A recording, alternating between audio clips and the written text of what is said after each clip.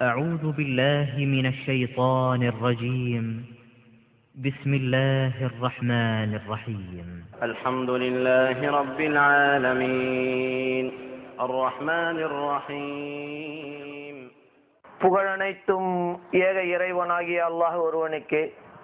அவன் புறத்திலிருந்து நமக்கு கிடைத்த சுபசோபனமான சாந்தியும் சமாதானத்தையும் இந்த உலக மக்களுக்கு நேர்வழி காட்ட வந்த இறைவனின் இறுதி தூதர் நபிகள் நாயகம் ஸல்லல்லாஹு அலைஹி வஸல்லம் அவர்கள் மீதும், இந்த உலகத்தில் சத்திய வழிபட்டு வாழ்ந்த நல்ல மனிதர்கள் அனைவரின் மீதும், குறிப்பாக இப்புவியில் இக்கணம் வாழ்ந்து கொண்டிருக்கின்ற நம் அனைவரின் மீதும் ஏக இறைவனின் சாந்தியும் சமாதானமும் என்றென்றும் நிலை பெற வேண்டும் என்று பிரார்த்தித்தவனாக, ஏகத்துவ பிரச்சார மையம் வழங்கும் சத்தியத்தென்றல் நிகழ்ச்சியில் இன்றைய தினத்தின் ஆன்மீக செய்தியாக நாம் அறிந்து கொள்ள இருப்பது என்னவென்றால், அன்புள்ளம் கொண்ட சகோதர சகோதரிகளே, ஏக இறைவன் இந்த உலகத்தில் நாம் வாழ்வதற்கு ஏராளமான அருள் வளங்களையும் அருட்கொடைகளையும் நமக்கு தந்திருக்கின்றான்.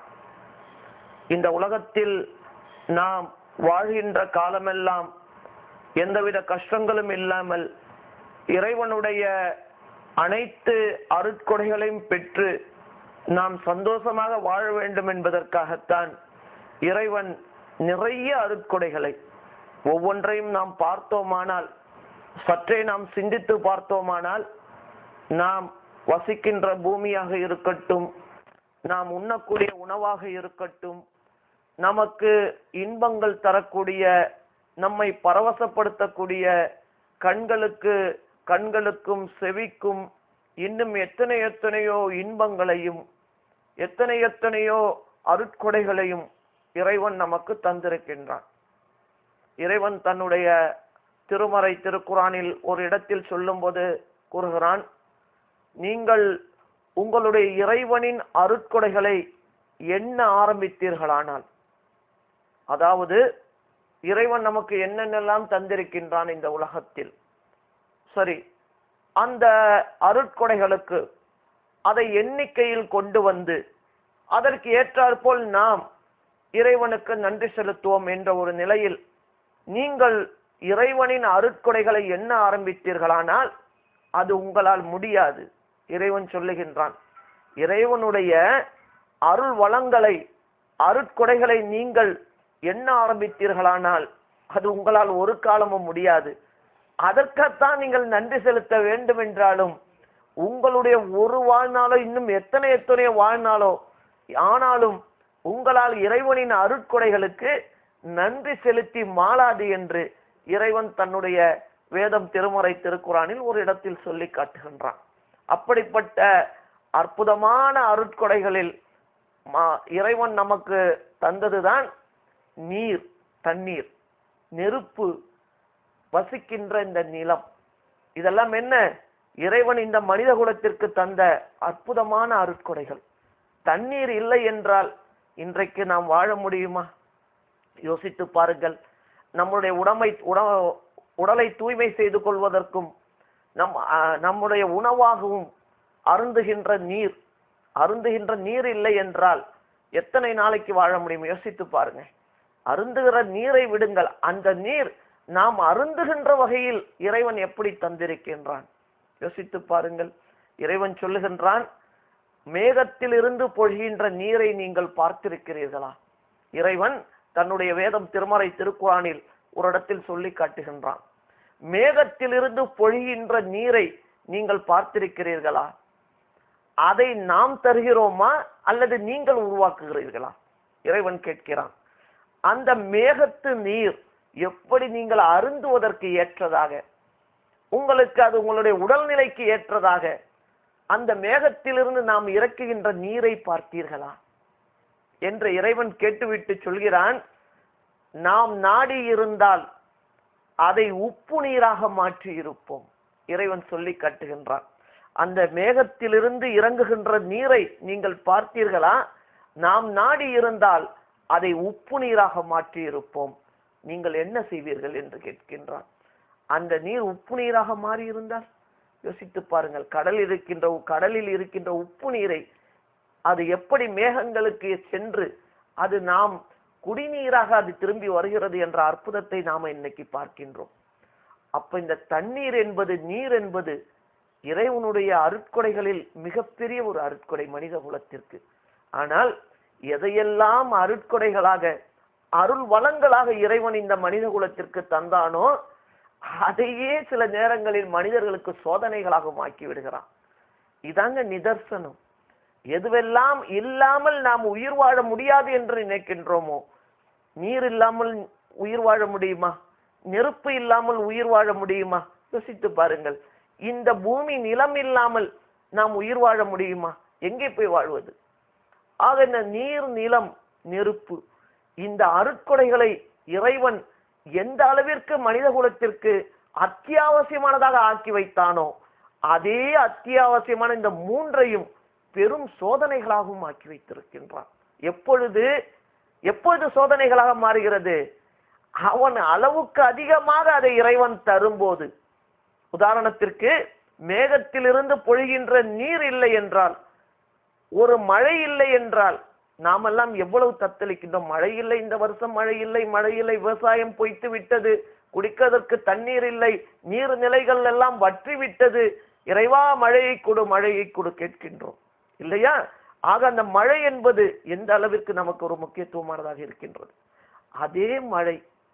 அதே மழை அளவுக்கு அதிகமாக பெய்யும் போது அதுவே மனிதர்களுக்கான சோதனையாக இறைவன் ஆக்கி விடுகின்றான். அதே போலதான் எல்லாமே, நெருப்பிலிருந்து, நிலப்பரப்பிலிருந்து மனிதனுக்கு பெரிய ஒரு இறைவன் இதுல நமக்கு ஒரு படிப்பினையை தருகின்றான். எதுவுமே அளவோடு இருந்தால்தான். அளவுக்கு அதிகமாக போகும்போது வாழ்க்கையில் அது உனக்கு சோதனை தான் என்ற ஒரு படிப்பினையும் இதிலே நமக்கு இருக்கின்றது. இன்றைக்கு பார்க்கின்றோம் அளவுக்கு அதிகமான மழை பெய்ததால் இன்றைக்கு நம்முடைய ஊரிலும் பார்க்கின்றோம், காரைக்காலிலும், குறிப்பாக சென்னை, கடலூர் போன்ற பகுதிகளிலும் பார்க்கின்றோம். இன்றைக்கு மக்கள் மிகப்பெரிய சோதனைக்கு ஆட்படுத்தப்பட்டிருக்கிறார்கள். பார்க்கின்ற காட்சிகளை எல்லாம் நாம் பார்க்கும்போது உண்மையிலேயே நமக்கு மனம் அந்த அளவுக்கு வேதனைப்படுகிறது, அந்த அளவிற்கு நம்முடைய உள்ளம் அழுகிறது. இவ்வளவு பெரிய சோதனையா? ஒரு தண்ணீரால் இறைவன் இன்னும் எவ்வளவு பெரிய சோதனையை இன்றைக்கு இந்த மக்களுக்கு தந்திருக்கின்றான். இந்த சென்னை மக்கள், கடலூர் மக்கள் அளவுக்கு அதிகமான மழை பெய்ததால் ஆங்காங்கே வெள்ளப்பெருக்கு ஏற்பட்டு மக்கள், நீங்கள்லாம் பார்த்திருப்பீர்கள், பார்த்து கொண்டிருக்கின்றோம், இன்றைக்கும் பார்த்து கொண்டிருக்கின்றோம். இன்றைக்கு சென்னையில் அந்த மக்கள் எல்லாம் யார்? நம்முடைய சகோதர சகோதரிகள், தாய்மார்கள், முதியவர்கள், பிள்ளைகள். அவர்கள் படுகின்ற வேதனைகள் எவ்வளவு பெரிய வேதனைகள் இன்றைக்கு பார்க்கின்றோம். ஒருவேளை சோற்றுக்கு, ஒருவேளை சோறு என்ன, ஒரு ரொட்டி துண்டுக்காக அந்த மக்கள் கையேந்துகின்ற அந்த காட்சிகள் சென்ற வாரம் வரையில் எப்படி இருந்தவர்கள்? பொதுவாக ஒன்றை நாம் புரிந்து கொள்ள வேண்டும். இது போன்ற சோதனைகள் ஏற்படும் போது இது இறைவனுடைய நிந்தனை என்று எடுத்துக்கொள்ளக்கூடாது. ஏனென்றால் இறைவன் மனிதர்களை கஷ்டப்படுத்தி பார்க்கின்ற ஒரு கொடூர மனம் படைத்தவன் அல்ல. இறைவன் என்பவன் கருணையாளர்களெல்லாம் கருணையாளன். அந்த மக்களின் வேதனையும் கஷ்டங்களையும் ஒருவேளை ஒரு ரொட்டி துண்டுக்காக அந்த மக்கள் அல்லாடுகின்ற காட்சி. இன்னும் சொல்ல போனால் குழந்தைகள் ஒருவேளை பாலுக்காக, ஒரு மிடறு தண்ணீருக்காக இருக்க இடம் இல்லாமல், இன்னும் சொல்ல போனால் தங்களுடைய இயற்கை தேவைகளை கூட நிறைவேற்றிக் கொள்ள முடியாமல், குறிப்பாக பெண்கள், முதியவர்கள் பார்க்கின்ற காட்சி நமக்கு எவ்வளவு வேதனையாக இருக்கிறது. மனிதர்களாகிய நமக்கே இவ்வளவு வேதனை இருக்கும் போது படைத்த இறைவன் என்ன அவ்வளவு கருணை இல்லாதவனா? யோசித்து பாருங்கள். ஆனால் இறைவன் கருணையாளர்கள் எல்லாம் கருணையாளர். மனிதர்கள் கொண்டிருக்கக்கூடிய இரக்கத்திற்கும் கருணைக்கும் அதைவிட 100 மடங்கு நான் கருணை படைத்தவன் என்று இறைவன் தன்னுடைய வேதம், திருமறை, திருக்குறானில் சொல்லி காட்டுகின்றான். அப்படிப்பட்ட இறைவன் ஏன் இப்படி மக்களை கஷ்டத்திற்கு உள்ளாக்க வேண்டும்? ஆக நாம் புரிந்து கொள்ள வேண்டும், எந்த ஒரு கஷ்டங்கள், சோதனைகள் மனித குலத்திற்கு ஏற்பட்டாலும் அது இறைவனுடைய நிந்தனை என்று எடுத்துக்கொள்ளக்கூடாது. அப்ப அதற்கென என்ன காரணம்? இறைவன் சில படிப்பினைகளை நமக்கு தருகின்றான். இறைவன் சில நிதர்சனங்களை நம்மை நினைத்து பார்க்க சொல்கிறான். ஏனென்றால் இன்னைக்கு பார்க்கிறோம், சென்ற வாரம் வரையில் சொகுசாக வாழ்ந்த மக்கள் எல்லாம் என்ன உணவுகள், விதவிதமான உணவுகள்.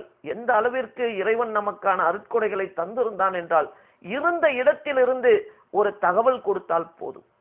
வீட்டிற்கு எத்தனை பேர் ஓடோடி வந்து உணவு பொட்டலங்களை தரக்கூடிய அளவிற்கெல்லாம் போன வாரம் வரை நிகழ்வுகளை பார்த்தோம். அப்படியெல்லாம் வாழ்ந்தோம் இல்லையா? அது யார் நமக்கு தந்தது? அதுவும் இறைவன் தானே. அப்ப அதை நாம யோசித்து பார்க்கணும். நாம நல்லா இருந்த போதெல்லாம் இறைவன் நம்மை தன்னுடைய அருட்கொடைகளை கொண்டு நம்மை அவன் இன்பத்துடன் வாழ வைத்த போதெல்லாம் நாம என்ன செய்தோம்? யோசித்து பாருங்க. அப்ப இது போன்ற சோதனைகளை இறைவன் தரும்போது என்ன செய்ய வேண்டும் என்றால், இதை இறைவனுடைய நிந்தனை என்று எடுத்துக்கொள்ளக் கூடாது. இறைவன் நம்மை சோதிக்கின்றான். அவர்களுக்கு மட்டும் சோதனை அல்ல, அவர்களுக்கு மட்டும் சோதனை அல்ல, வெளியில் இருக்கக்கூடிய அந்த சோதனைகளால் பாதிக்கப்படாத மக்கள் நமக்கும் அது சோதனை. ஏனென்றால் இன்றைக்கு ஒரு மக்கள் ஒரு பகுதியில் பாதிக்கப்படுகிறார்கள் என்றால், ஒரு மக்கள் கஷ்டத்திற்கு உள்ளாக்கப்படுகிறார்கள் என்றால், அந்த கஷ்டத்திற்கு உள்ளாகாத மற்ற மக்கள், அந்த மக்கள் மீது இவர்களுக்கான பொறுப்பு என்ன, இவர்களுக்கான கடமை என்ன, இது அத்தனையும் இறைவன் பார்க்கின்றான். ஏனென்றால் ஒரு சோதனை கஷ்டத்தை கொடுக்காமல் இறைவன் மனிதர்களை சோதிக்க முடியாது. எப்படிப்பட்டவன், என்ன மாதிரியான மனிதர்கள் இவர்களிடத்தில் இரக்கம் இருக்கிறதா? இறைவன் அருட்கொடைகள் தந்த போதெல்லாம் அதில் இன்பம் அனுபவித்தவர்கள், இறைவன் ஒரு கஷ்டத்தை தரும்போது இறைவன் குறித்தவர்களுடைய நிலைப்பாடு என்ன? இறைவனை இவர்கள் எப்படி நினைக்கிறார்கள்? ஏனென்றால் எந்த ஒரு சோதனையும் கஷ்டமும் நிரந்தரமானது அல்ல. இன்றைக்கு பார்க்கின்றோம், அந்த சென்னை மக்கள், கடலூர் மக்கள் படுகின்ற கஷ்டங்கள், வேதனைகள் என்ன சொல்வது? சொல்வதற்கு வார்த்தைகள் இல்லை. இன்றைக்கு சென்னையில் இன்று வரையில் தகவல் வருகிறது, தண்ணீர் முழுமையாக வடியவில்லை. பல மக்கள் வெளியேற முடியாமல் தவித்துக் கொண்டிருக்கிறார்கள்.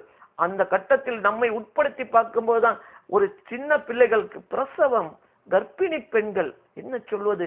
இறந்தவர்களின் சடலங்களை வைத்துக் கொண்டு மக்கள் ஒரு வாரமாக அவதிப்பட்டுக் கொண்டிருக்கிறார்கள். அதை புதைக்க முடியாமல், அடக்கம் செய்ய முடியாமல் பார்க்கின்றோம். நாம காட்சிகளை பார்க்கின்றோம் ஊடகங்களில். எந்த அளவிற்கு வேதனை மிக்க ஒரு வாழ்க்கையை இறைவன் இன்றைக்கு தந்திருக்கின்றான். அப்ப நாம உட்படுத்தி பார்க்கணும்.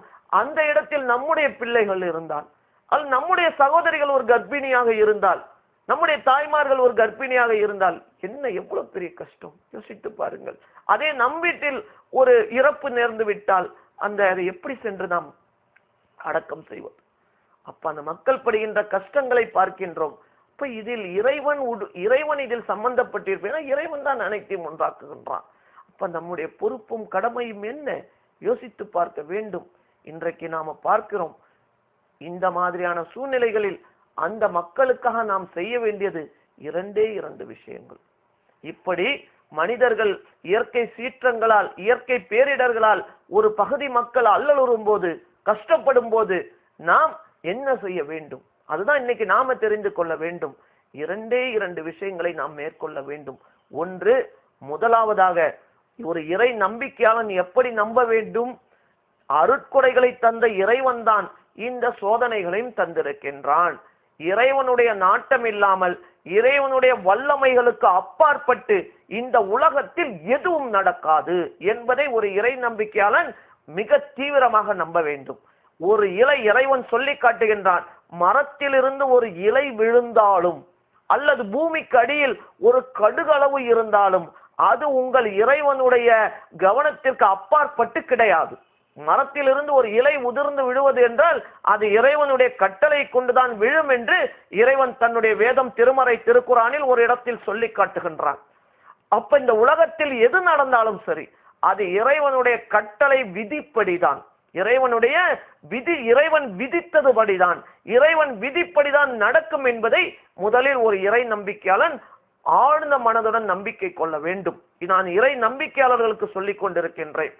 ஆக அந்த நம்பிக்கையின் அடிப்படையில் முதலாவதாக மனிதர்கள் செய்ய வேண்டியது, ஏனென்றால் இன்றைக்கு அந்த சென்னையிலும் கடலூரிலும் இந்த வெள்ளப்பெருக்கினால் கஷ்டப்பட்டு துன்பப்பட்டு ஒருவேளை ஒரு ரொட்டி துண்டுக்காகவும் ஒரு மிடறு தண்ணிக்காகவும் கஷ்டப்பட்டு கொண்டிருக்கின்ற அந்த மக்களுக்கு நாம என்ன செய்யணும் என்று பார்த்தால், ஏனென்றால் இறைவன் தன்னுடைய வேதம், திருமறை, திருக்குரானில் ஆணித்தரமாக சொல்லி காட்டுகின்றான்.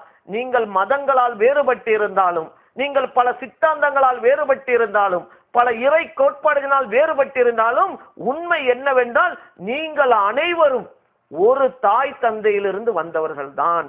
இறைவன் ரொம்ப ஆணித்தரமா சொல்லி காட்டுகிறான். ஆதாம் என்ற முதல் மனிதரிடமிருந்து அவருடைய துணைவிலிருந்து வந்த சகோதரர் சகோதரிகள் தான் நீங்கள் அத்தனை பேரும் என்பதை ஞாபகத்தில் வைத்துக் கொள்ளுங்கள் என்பதை இறைவன் திருமறை திருக்குறானில் பல இடங்களில் அழுத்தம் திருத்தமாக சொல்லி காட்டுகின்றான். நீங்களுடைய வேறுபாடுகள், சமுதாய வேறுபாடுகள் என்பது வேறு இல்லை, அது நீங்கள் உருவாக்கி கொண்டது. ஆனால் அடிப்படை என்ன? நீங்கள் அத்தனை பேரும் இந்த உலகத்தில் இருக்கின்ற எந்த மனிதனாக இருந்தாலும் சரி, எந்த ஆணாக இருந்தாலும் சரி, எந்த பெண்களாக இருந்தாலும் சரி, நீங்கள் அனைவரும் ஒரு தாய் தந்தையிலிருந்து வந்தவர்கள் தான். இந்த இறை கோட்பாட்டை இறை நம்பிக்கையால ஆழமா நம்ப வேண்டும். அப்படி நம்பவில்லை என்றால் அவன் இறை நம்பிக்கையாளனே கிடையாது. அத்தனை பேரும் எங்கள் அத்தனை பேருடைய ஒரே தாய் தந்தை ஆதாம் என்று சொல்லக்கூடிய ஆதம், அவருடைய மனைவி, இவர்களிலிருந்து வந்தவர்கள் தான் நீங்கள் அனைவரும் என்பதை இறைவன் ஆணித்தரமாக அழுத்தம் திருத்தமாக சொல்லி காட்டு. அப்ப எந்த மக்கள் பாதிக்கப்பட்டாலும் இந்த உலகத்தில் நாம நினைக்கணும், என்னுடைய சகோதரன் சகோதரி என்பதை நினைக்க வேண்டும். அப்படி என்றால் அவர்களுக்காக நாம செய்ய வேண்டியது என்ன? முதலாவதாக எந்த இறைவன் அவர்களுக்கு சோதனையை தந்தானோ அவர்களுக்காக அந்த இறைவனிடத்திலே நாம் செய்யக்கூடிய பிரார்த்தனைங்க. ஏனென்றால் பிரார்த்தனைக்கு உள்ள வழி சக்தி என்பது சாதாரணமானது அல்ல. நன்றாக கவனித்துக் கொள்ளுங்கள். ஒரு மனிதனுடைய பிரார்த்தனைக்குள்ள சக்தி என்பது சாதாரணமானது அல்ல. அந்த சக்திக்கு, அந்த பிரார்த்தனைக்கு மிகப்பெரிய வலு இருக்கிறது. எந்த அளவுக்கு என்றால், ஒரு சமுதாயம் நல்ல விதமாக இருக்க வேண்டும் என்றால் ஒரு மனிதனுடைய பிரார்த்தனை அந்த சமுதாயத்தை நல்ல விதமாக ஆக்கி வைக்கும். ஒரு இன்னொரு மனிதனுடைய கஷ்டம் தீர வேண்டும் என்றால் பிறிதொரு மனிதனுடைய பிரார்த்தனை அந்த கஷ்டத்தை தீர்க்கும். நாம் நமக்காக செய்து கொள்கிற பிரார்த்தனை என்பது வேறு. ஆனால் பிறர் நலம் பேணி, நம் சகோதர சகோதரின் நலம் பேணி நாம செய்யக்கூடிய பிரார்த்தனைக்கு அதிகமான வலு இருக்கிறதுங்க. இதை நாம் வரலாறு நெடுகிலும் பார்க்கலாம். இறைவேதம் திருமறை திருக்குறானில் இறைவன் சொல்லி காட்டுகின்றான். இறை தூதர் நபிகள் நாயகம் ஸல்லல்லாஹு அலைஹி வஸல்லம் அவர்கள் அற்புதமாக ஒரு செய்தியை சொன்னார்கள். இன்றைக்கு புனித பூமியாக இருக்கக்கூடிய மக்கா என்ற நகரம் நமக்கெல்லாம் தெரியும். இன்றைக்கு புனித பூமி மக்கா என்ற நகரம் தெரியும். அந்த நகரத்தை பற்றி நாம் எல்லாம் அறிந்து வைத்திருக்கின்றோம். இன்றைக்கு அந்த நகரம் எப்படி இருக்கிறது? அது ஒரு பாலைவனம். எப்படி இருந்தது? ஆபிரகாம் என்று சொல்லக்கூடிய இப்ராஹிம் நபி அவர்கள் தன்னுடைய மனைவியையும் பிள்ளையையும் இறைவனுடைய கட்டளைக்கு ஏற்ப அந்த இடத்தில் கொண்டு போய் விட்டு வந்த வரலாற்றை நாம் பார்க்கும் போது, அப்படி அவர்கள் விட்டு வரும்போது அந்த இடம் எப்படி இருந்தது என்று இறைவன் தன்னுடைய வேதம் திருமறை திருக்குறானில் குறிப்பிடுகிறான் என்றால், விவசாயத்திற்கே லாயக்கில்லாத ஒரு பள்ளத்தாக்காக அந்த இடம் இருந்தது. இன்றைக்கு நாம பார்க்கிற இந்த மக்கா என்ற இடம் அன்றைக்கு எப்படி இருந்தது? பல ஆண்டுகளுக்கு முன்பாக இப்ராஹிம் நபி, ஆபிரகாம் என்று சொல்லக்கூடிய இப்ராஹிம் நபி தன்னுடைய மனைவியும் பிள்ளையும் விட்டு வரும்போது இறைவன் சொல்லி காட்டுகின்றான், விவசாயத்திற்கே லாயக்கு இல்லாத ஒரு பள்ளத்தாக்கு. ஆனால் இன்னைக்கு எப்படி இருக்கு? இன்றைக்கு எப்படி இருக்கு? அங்கே தண்ணீர் இல்லாமல் இருந்தது. தண்ணீர் கிடையாது, சாப்பிடுவதற்கு எந்த உணவும் கிடையாது. இப்ராஹிம் நபி அவர்கள் தன்னுடைய மனைவிக்கும் பிள்ளைக்கும் கொஞ்சம் பேரித்தம்பழமும் ஒரு தோல் பையில் கொஞ்சம் நீரும் தான் கொடுத்து விட்டு வந்தார்கள். ஆனால் இன்றைக்கு அந்த மக்காவுடைய நிலைமை என்ன? அந்த பாலைவன பிரதேசம் இன்றைக்கு எப்படி சோலைவனமாக மாறியது? அங்கே இன்னும் சொல்ல போனால் அற்புதமான நீர், நாம் நம்பக்கூடிய புனித நீராக இருக்கக்கூடிய இறைவன் புறத்தால் வந்த ஜம்சம் என்று சொல்லக்கூடிய அந்த புனித நீரூற்று, வற்றாத நீரூற்று, கோடான கோடி யாத்ரீகர்களுக்கும் மக்களுக்கும் அங்கே நீரை தந்து கொண்டிருக்கிறது. எப்படி இந்த அதிசயம் ஏற்பட்டது? இன்றைக்கு அங்கே அங்கே எந்த பழ வகைகளும் விளைவதில்லை. அதனால் அது பாலைவனம். இன்றைக்கு அங்க கிடைக்காத பழ வகைகளே கிடையாது. இதற்கு காரணம் என்ன என்று இறை தூதர் நபிகள் நாயகம் ஸல்லல்லாஹு அலைஹி வஸல்லம் சொல்லும் போது சொல்கிறார்கள், என்னுடைய தந்தை இப்ராஹிம் நபி செய்த ஒரு பிரார்த்தனை தான், அவர் செய்த ஒரு பிரார்த்தனை தான் இன்றைக்கு அந்த மக்கா நகரில் அனைத்து அருள் வளங்களும் திறந்து விடப்பட்டிருக்கிறது என்று நபிகள் நாயகம் ஸல்லல்லாஹு அலைஹி வஸல்லம் அவர்கள் சொல்கிறார்கள். ஒரு முறை இப்ராஹிம் நபி அவர்கள் அந்த ஊருக்காக பிரார்த்தனை செய்தார், இறைவா, இந்த விவசாயத்துக்கே லாயக்கில்லாத இந்த பள்ளத்தாக்கில் என் மனைவியும் பிள்ளையும் விட்டு செல்கின்றேன். ஆகவே இங்கே தண்ணீருக்கும் இறைச்சியிலும் நீ அருள் வளத்தை செய்வாயாக. இந்த பூமியை நீ அனைத்தும் கிடைக்கக்கூடிய உன்னுடைய அருள் வளம் பெற்ற பூமியாக ஆக்குவாயாக என்று அன்றைக்கு ஆபிரகாம் அவர்கள் செய்த மனதார பிரார்த்தனை இன்றைக்கு இறைவன் ஏற்றுக்கொண்டதாக இறைவேதம் திருமறை திருக்குரான் சொல்லி காட்டுகிறது. அப்போ ஒரு பிரார்த்தனை என்பது சாதாரணமானது அல்லங்க. எந்த அளவிற்கு என்றால், இதை விளங்கிக் கொள்வதற்கு நான் உங்களுக்கு ஒரு கதையை சொல்ல முடியும். நான் ஒரு கதையை சொன்னால் மக்கள் எளிதாக புரிந்து கொள்ள முடியும். ஒரு சுவாரஸ்யமான கதை. என்ன கதை என்றால், ஒரு உல்லாச கப்பல் கடலில் சென்று கொண்டிருக்கும் போது அதிலே விபத்து ஏற்பட்டு அந்த கப்பல் மூழ்கி விடுகிறது. அதில் பயணம் செய்தவர்கள் 2 பேர் மட்டும்தான் தப்பிக்கிறார்கள். இருவரும் யார்? உற்ற நண்பர்கள், உயிருக்குயிரான நண்பர்கள். அந்த 2 பேர் மட்டும் தப்பித்து அங்கிருந்து ஒரு வழியாக கரை சேர்ந்து ஒரு தீவில் ஒதுங்குகிறார்கள். கப்பல் விபத்துக்குள்ளாய் அத்தனை பேரும் மூழ்கிவிட்டார்கள். 2 உயிருக்குயிரான நண்பர்கள் மட்டும் அவர்கள் உயிர் பிழைத்து அங்கே இருந்த ஒரு தீவில் ஒதுங்குகிறார்கள். அந்த தீவு எப்படிப்பட்ட தீவு? அங்கே எதுவுமே கிடைக்கவில்லை. ஒரு பொட்டாந்தரையாக உள்ள ஒரு தீவு.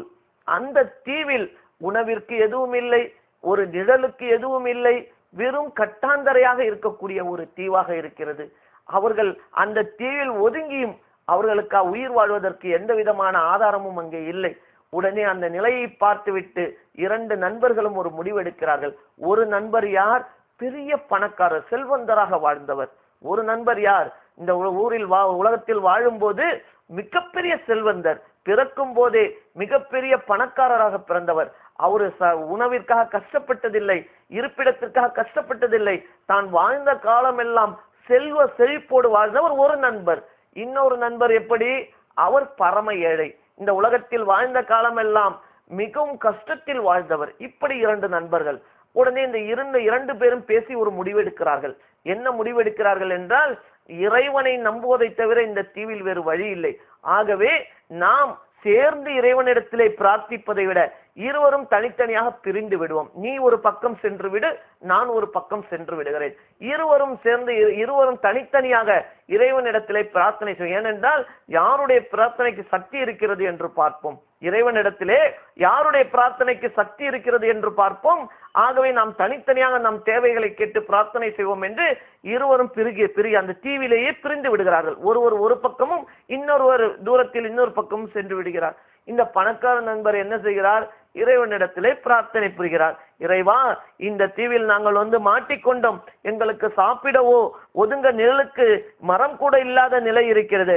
ஆகவே எங்களுக்கு நீ எனக்கு நீ உணவை அளிப்பாயாக என்று கேட்டவுடன் அவருடைய பிரார்த்தனை அங்கீகரிக்கப்பட்டு அவர் பிரார்த்தனை செய்த அடுத்த நிமிடமே சில பழங்கள் அப்படியே கடலில் மிதந்து அவர் இருந்த இடத்தை நோக்கி ஒதுங்கி விடுகிறது.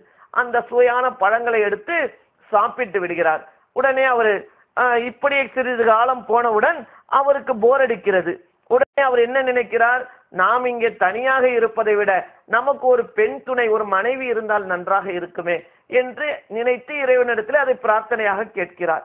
கேட்ட உடனே அந்த கடலில் பயணம் செய்த ஒரு பெண் தப்பி தவறி கடலில் விழுந்து அவள் ஒரு பலகையை பிடித்து கொண்டு அப்படியே அந்த அழகான பெண் ஒதுங்கி இவருடைய இருக்கக்கூடிய தீவின் பக்கம் ஒதுங்கி விடுகிறாள். அவள் இவரை தேடி கண்டுபிடித்து அந்த பெண்ணின் அழகில் மயங்கி இவர் அந்த பெண்ணை திருமணம் முடித்து கொண்டு அந்த தீவில் கேட்டதெல்லாம் அவருக்கு கிடைக்கிறது. உணவு கிடைக்கிறது, நிழல் கிடைக்கிறது, நல்ல மனைவி, அழகான மனைவி கிடைத்து விட்டால், இப்படி எல்லாமே கிடைத்து விட்டது. சிறிது காலங்கள் ரொம்ப சந்தோஷமாக அந்த தீவில் வாழ்கிறார். அவருக்கு ரொம்ப சந்தோஷம் தாங்க முடியவில்லை. கடவுள் நாம கேட்டதெல்லாம் கொடுக்கிறாரே, அப்ப கடவுள் நம் மீது ரொம்ப பிரியமாக இருக்கிறார், அப்ப நாம கேட்டதெல்லாம் கிடைக்கிறதே என்று நினைத்து சிறிது காலத்திற்கு பிறகு இறைவனிடத்திலே ஒரு பிரார்த்தனை முன்வைக்கிறார். என்னவென்றால், இறைவா, இந்த தீவிலை நான் எவ்வளவு நாளைக்கு இப்படியே இருப்பது? ஆகவே என் ஊர் போய் சேர்வதற்கு எனக்கு ஒரு கப்பலை ஏற்பாடு பண்ணி தருவாயா என்று சொன்னவுடன் ஒரு கப்பல், இருவரும் செல்லக்கூடிய ஒரு கப்பல் கரை ஒதுங்குகிறது. அதில் ஏறும் போது இவர் நினைக்கிறார், சரி, நாம இவ்வளவு கேட்டு இறைவன் எல்லாமே தந்தானே, நம்முடைய ஏழை நண்பனின் நிலை என்ன? அவன் என்ன ஆனான் என்றே தெரியவில்லையே, அவனுக்கு இப்படி எல்லாமே கொடுத்திருப்பாரோ?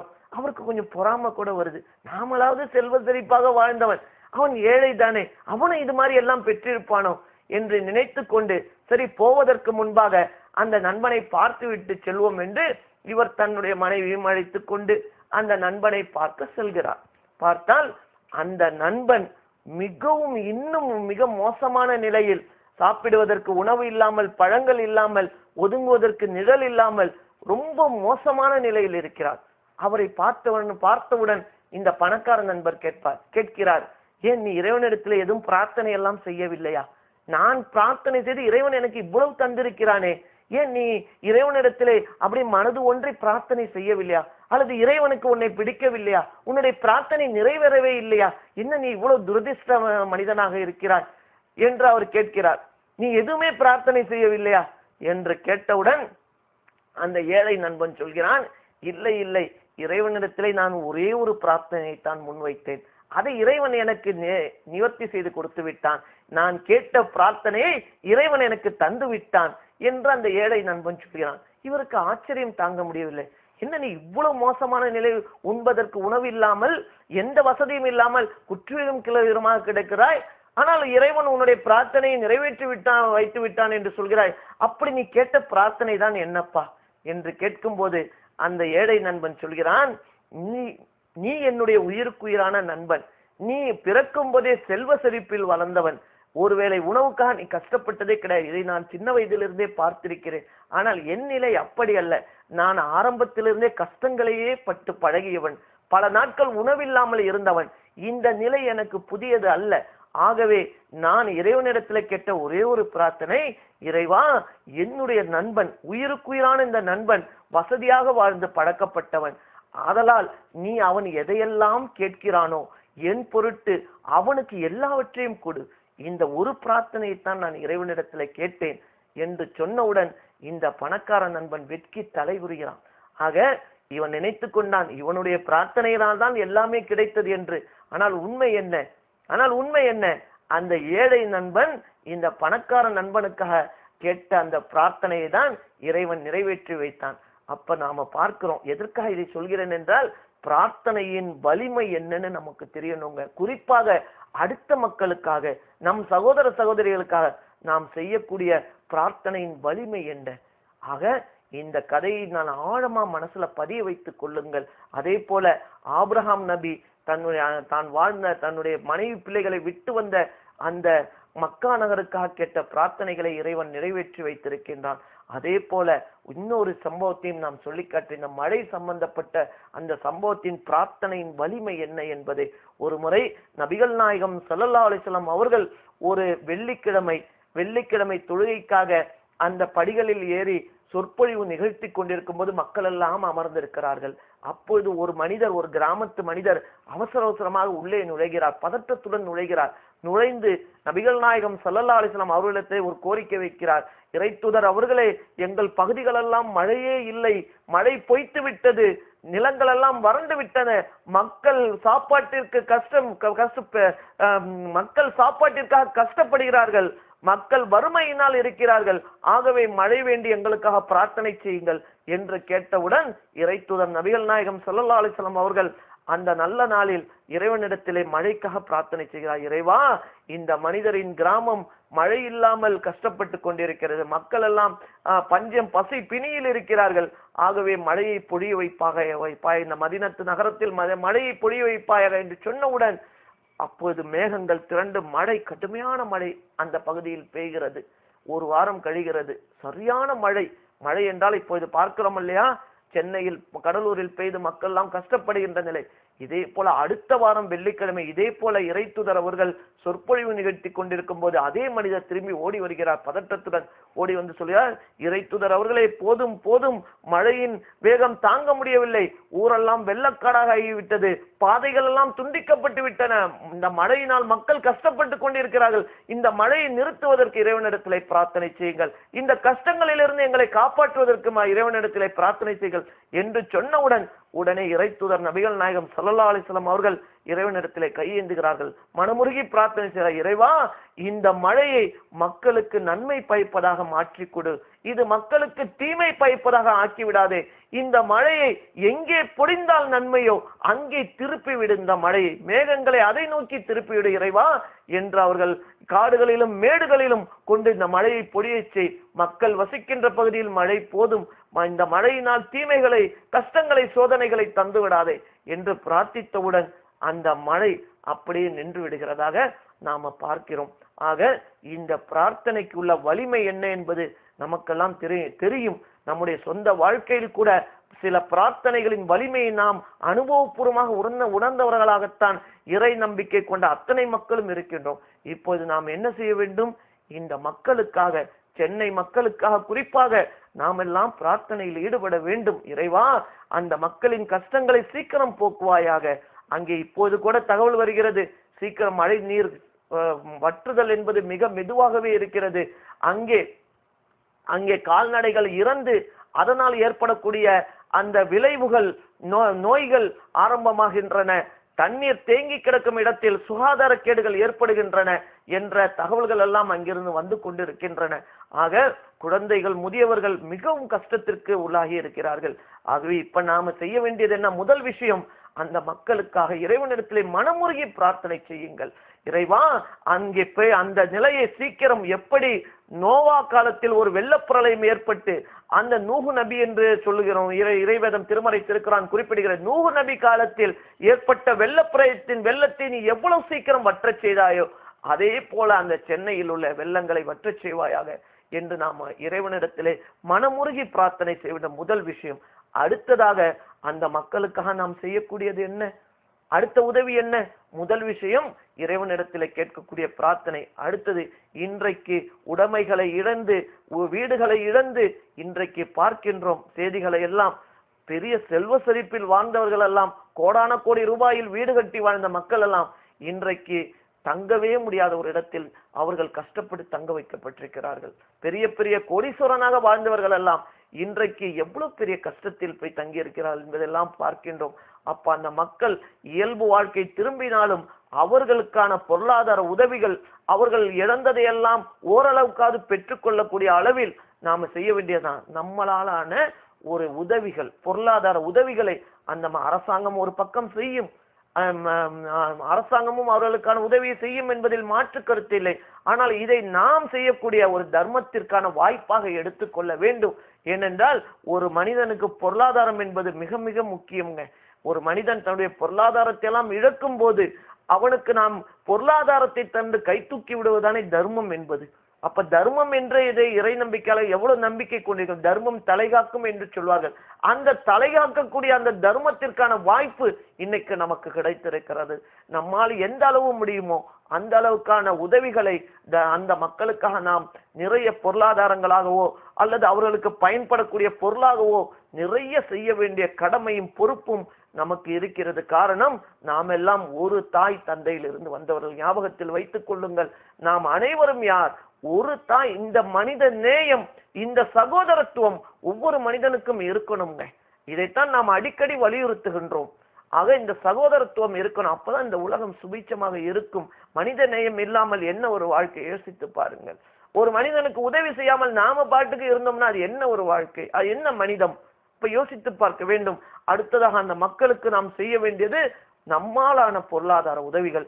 அந்த மக்கள் எங்கே நாம் கொடுத்தால் அவர்களுக்கு உரிய முறையில் சேருமோ, ஏனென்றால் அதையும் நாம பார்க்கணுங்க. நாம கொடுக்கக்கூடிய அந்த உதவிகள் அந்த மக்களுக்கு சேருகின்ற வகையில், பயனுள்ள வகையில் அது போய் சேர வேண்டும்.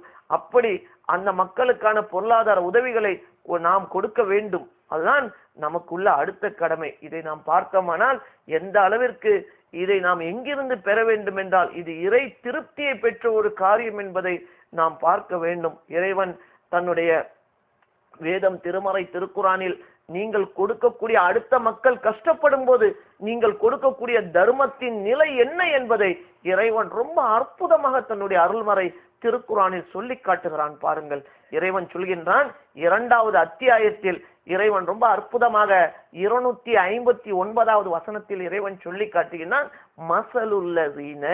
அரபியில் உள்ளதை சொல்லிவிட்டு உங்களுக்கு நான் அதை வரிக்கோரி அர்த்தம் சொல்லி எவ்வளவு அற்புதமா நம்மை ஆர்வப்படுத்துகிறான் பாருங்கள். ஏன்னா இறைவன் நாடினால் எதுவும் முடியும். இன்றைக்கு நாம தயங்கக்கூடாது.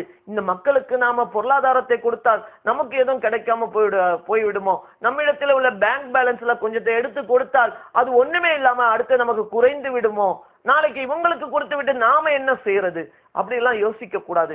அப்படி யோசிக்க கூடாது என்பதை இறைவன் எவ்வளவு அழகாக தன்னுடைய வேதம் திருமறை திருக்குறானில் சொல்லி காட்டுகிறான் பாருங்கள். இறைவன் சொல்கிறான், மசலுல்லதீன, மனிதர்களே உங்களுக்கு ஒரு உதாரணம் சொல்லி காட்டப்படுகிறது. இறைவன் இப்படித்தான் ஆரம்பிக்கிறான் அந்த செய்தியை. மசலுல்லதீன, உங்களுக்கு ஒரு உதாரணம் சொல்லி காட்டப்படுகிறது. மசலுல்லதீன யுன்ஃபிகூன அம்வாலஹும் ஃபீ ஸபீலில்லாஹ். இதுக்கு என்ன அர்த்தம் என்றால், நீங்கள் செலவு செய்கின்ற இறைவனின் பாதையில் நீங்கள் கொடுக்கின்ற ஒவ்வொரு தர்மமும், இறைவன் சொல்கின்றான், இந்த நீங்கள் கொடுக்கின்ற ஒவ்வொரு ரூபாயும் ஒவ்வொரு தர்மமும் எப்படி என்றால் அதற்கான உதாரணம் என்னவென்றால் ஒரு கதிரை போன்றது. இறைவன் சொல்லி காட்டுகிறான், ஒரு கதிர் நீங்கள் முளைக்க வைக்கிறீர்கள், அது முளைக்க வைக்கும் போது ஒரு வித்து, ஒரு விதையை போடுகிறீர்கள், அதிலிருந்து முளைக்கின்ற ஒரு கதிர், அதுதான் உங்களுக்கு தெரியும். நீங்கள் கொடுக்கக்கூடிய அந்த ₹1 தர்மம் என்பது எது? ஒரு விதையை போன்றது. அதை நீங்கள் விதைக்கிறீர்கள், தர்மம் கொடுக்கவில்லை.